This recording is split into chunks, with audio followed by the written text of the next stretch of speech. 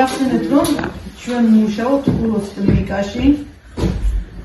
ახლა უკვე გადავდგართ მერვე დღეზე, რადგან შემცირებელია საუბარი. ეს გამოდის ნახევარი განაკვეთზე მუშაობა.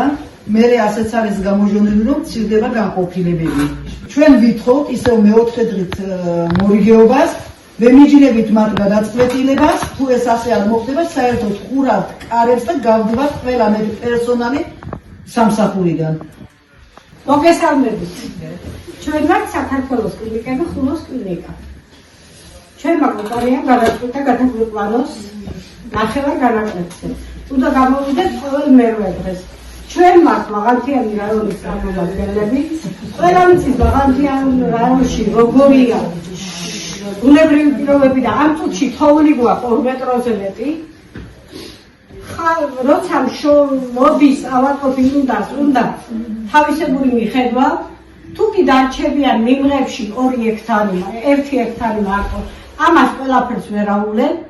სამშობიარო სახლი მთლიანად თითქმის უნდა გააუქმონ და შეგვიერთონ თერაპია ქირურგიის განყოფილებას.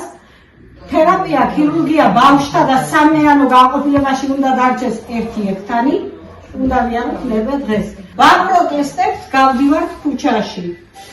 ისეთი პროტესტი დავიწყებთ, როგორც არიან თბილისში ქუჩაში გამოსულები. თუმცა არც იქ არ დაგვიკლია ჩვენი გამოსვლები და ჩვენი მიწოდებული ხმები. თუ კი დაკმაყოფილება არ იქნება, ყველანაირ რომაც მივმართ.